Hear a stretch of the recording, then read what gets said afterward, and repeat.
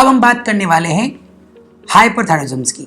उसमें क्या होता है कि उसमें जो आपका TSH लेवल है वो बिलो द नॉर्मल चला जाता है, यानी वो 0.1 से भी नीचे चला जाता है। उस परिस्थिति के अंदर आपको कोई साइन और सिम्टम्स आ सकते हैं, जैसे आपका वेट बिना कुछ किए हुए गिरने लगेगा, आप बिल्कुल पतले होते जाओगे, आपको भूख ज़्यादा लगेगी लेकिन आपके शरीर में वो खाना नहीं लगेगा।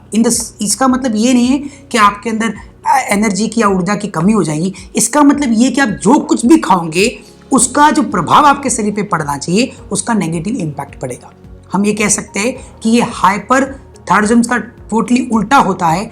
इसके अंदर आपका वेट तेजी से गिरने लगता है, आपको थकावट भी महसूस हो सकती है, साथ में इसमें भी आपकी स्किन ड्राई होने लग सकती है, आपके बाल झड़ने लग सकते हैं और आपको बार बार यूरिन आने की भी समस्या आ सकती है।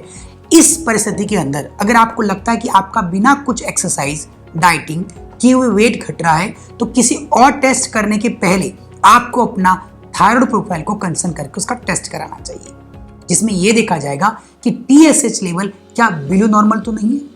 अगर ये ऐसा है तो आपको इसको करेक्शन की जरूरत है। अगर ऐसा नहीं करते हैं तो आपके शरीर को अननेसेसरी बहुत सारी वीकनेस, बहुत सारे डैमेज और ये कह सकते हैं कि बहुत सारे लॉस से फेस करना पड़ सकता है, जो आपके फिजियोलॉजिकल फंक्शन को अल्टर कर सकता है। अगर आप आगे इन्वेस्टिगेशन की बात करते हैं तो एक परिस्थिति आती है हर्षिमोटो की। हर्षिमोटो क्या है कि बहुत सारे लोग इसको चेक करने से परहेज करते हैं या इनको पता नहीं चल पाता कि हमारे अंदर एक ऑटो इम्यून कॉम्प्लिकेशंस डेवलप हो रहा है जिसको हर्षिमोटो कहा जाता है, जिसमें आपको थायराइड एंटीबॉडी चेक कराने की जरूरत होती है। एक ऐसी परिस्थिति है जिसमें आपकी बॉडी ही आपके खिलाफ एक एंटीबॉडी डेवलप करती है जो आपके थायराइड फंक्शन को अल्टर कर सकती है।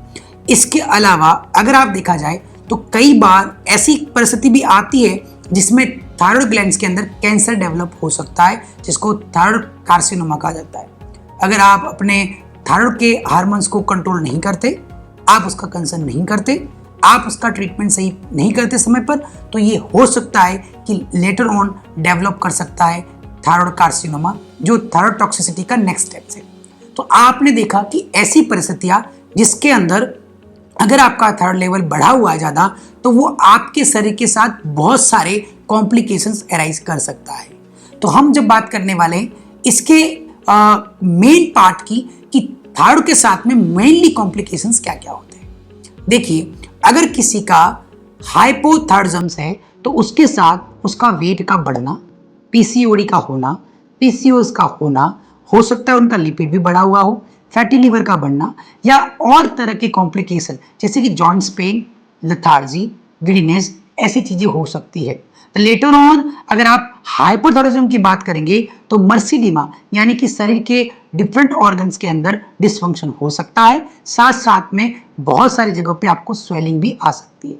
एक तरह से कह सकते हैं कि जब आपका शरीर न्यूट्रिशन नहीं लेगा तो डेफिनेटली वो बहुत सारी कॉम्प्लिकेशंस के अंदर डेवलप अपने शरीर को करेगा। ऐसी अगर परिस्थितियां आती है तो आपको सचेत रहने की जरूरत है कि ऐसा आपके साथ क्यों हो रहा है और आप इसको प्राकृतिक तरीके से कैसे ठीक करेंगे। लेकिन सबसे पहला क्वेश्चन ये आता है, क्या आपको थायराइड है? इसका आप कैसे जज करेंगे?